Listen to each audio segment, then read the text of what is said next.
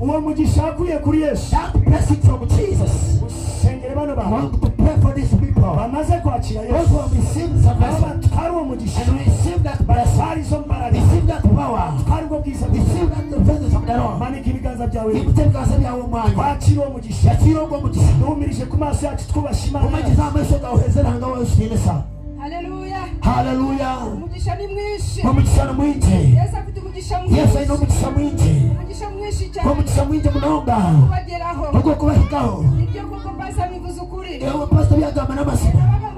Kuyabera y'umukora. Umushumba wiwe. Akari umushumba wende. Bagira kumbwira ngo waramutse. Bamugamba ngo waoreyete.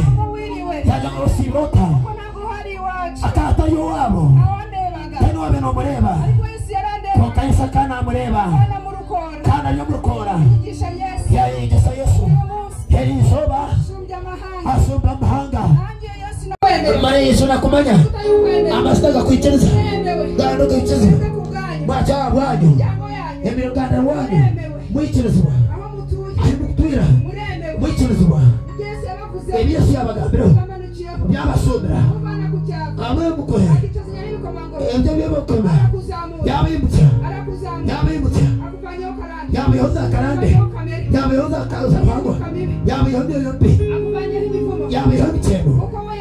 Uko yabihoza mcheno. Yahana kwachi. Kujango mcheno kulijaho. Mcheno yakungaho.